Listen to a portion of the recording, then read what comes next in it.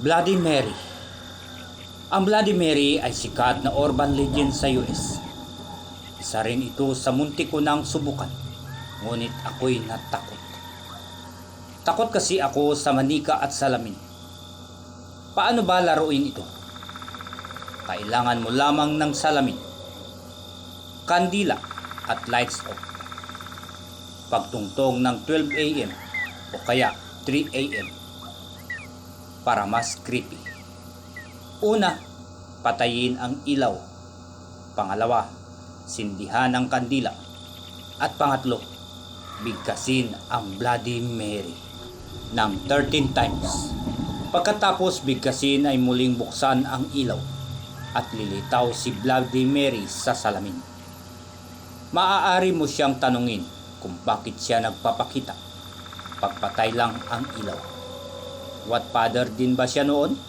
O di kaya magpakwento ka sa kanya.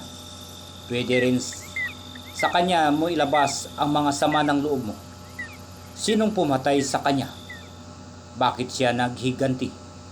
Ang tunay na istorya ng urban legend na ito ay nagmula sa isang dalaga na nag-aaral sa kolehiyo. Siya si Mary, isang magandang dalaga at mayumi.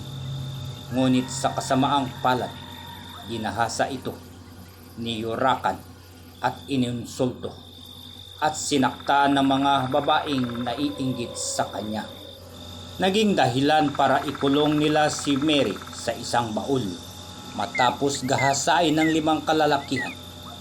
Hindi makahinga si Mary sa baul kung kaya't namatay ito at isinumpa ang lahat ng tao na maghihiganti siya.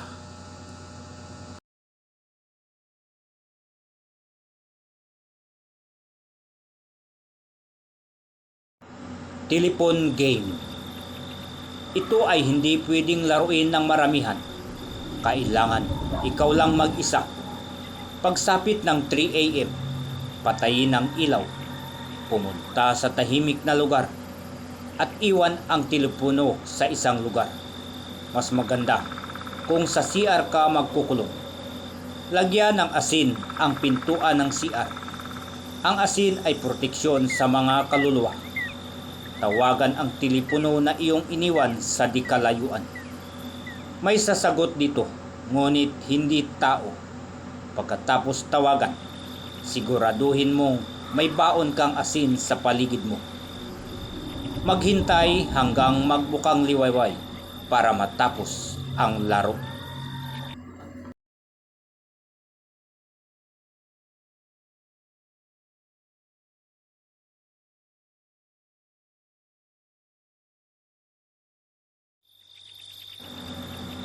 The Three Kings. Sa lahat ng laro, never kong tinry ito, ang The Three Kings. Paano ba ito laruin? Simple lamang ito. Ito ay kinakailangan ng 3 silya at kandila. Pero bago ko po ipagpapatuloy ang kwento, kung bago ka pa lang sa channel na ito, maaari bang pakipindot na rin ang subscribe button, like, share, ganon din ang notification bell para lagi kang updated sa mga susunod pang video. Balik po tayo sa kwento. Ipwisto ang silya sa formang tatsulok. Patayin ang ilaw.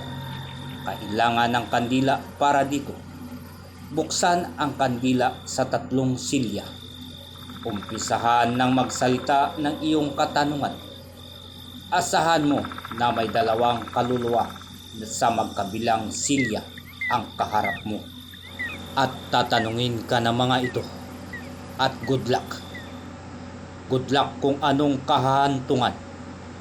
Sa nabasa ko, may namatay sa paglalaro ng The Three Kings.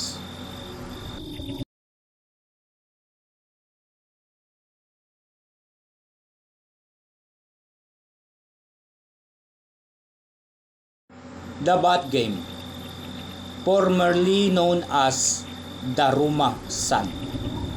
Ang larong ito ay para sa may mga bathtub lamang.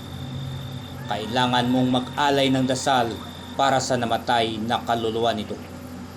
nakalimutan ko na ang pangalan. Hahaha. Tatanungin ka nito ng who are you? At ipapakita nito ang muka nito mula sa bathtub. Lalabas itong parang Sadako.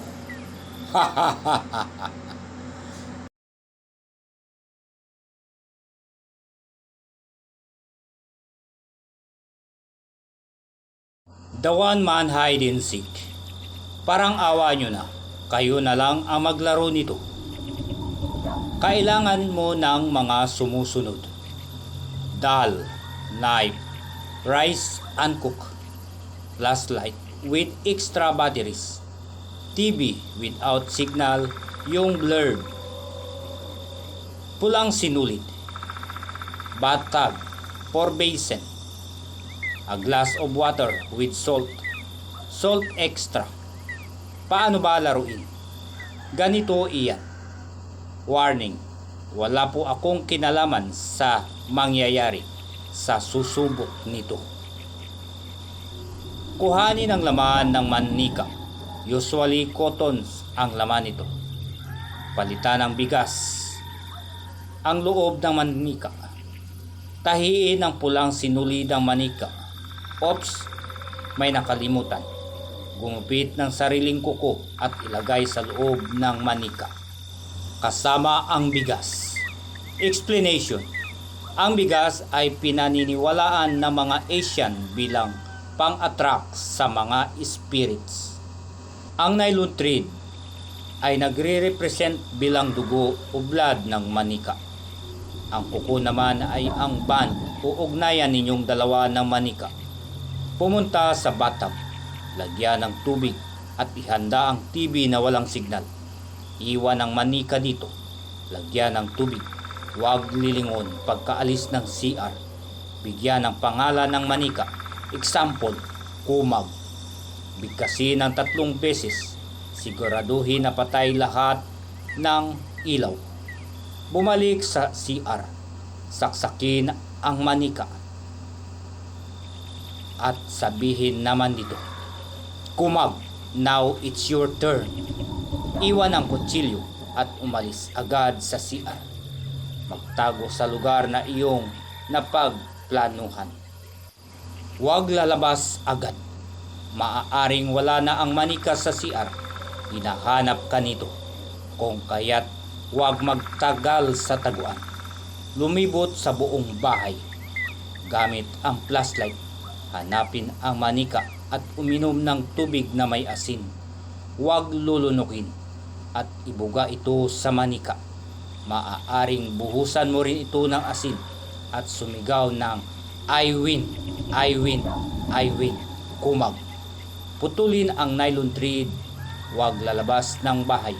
Maaaring ilibing ang manika o di kaya naman sunugin ito. Bawal makatulog habang ginagawa ito. Bawal lumabas ng bahay. Bawal buksan ang mga ilaw maliban sa flashlight. Bawal panatilihing maayos ang manika. Kailangang itong sunugin o di kaya'y ibaon sa lupa. Kailangan mong manalo sa laro dahil ang matatalo ay siyang may papremyo. Kung ikaw ang nanalo, maaari kang mag-decide para sa manika. Maaari kang humingi ng pabor sa kaluluwa na sumapi dito. Kung ikaw ay matatalo, ang manika ang magdidesisyon para sa iyo. Kailangang paabutin ng bukang liwayway ito. Huwag lalabas ng bahay hanggat hindi ito natatapos. Magbaon ng asin. Proteksyon mo ito para sa manika. Ang larong ito ay hindi biro. May napanood akong video nito. Warning, huwag mo nang subukan o tangkain ito dahil sa oras na sinubukan mo yan, baka yan pa ang dahilan ng kapahamakan mo. Kung tatangkain ninyo yan, tandaan nyo, wala na akong kasalanan diyan. Maraming salamat pong muli sa pakikinig at sa patuloy na pagtangkilik at pagsuporta sa channel na ito. At kung meron po kayong opinion sa nasabing kwento, please comment down below. Maraming salamat po. At mega loud shoutout po sa lahat. At mag-iingat po tayo palagi kung saan mang panig ng mundo tayo naroroon. God bless everyone. Hanggang sa muli.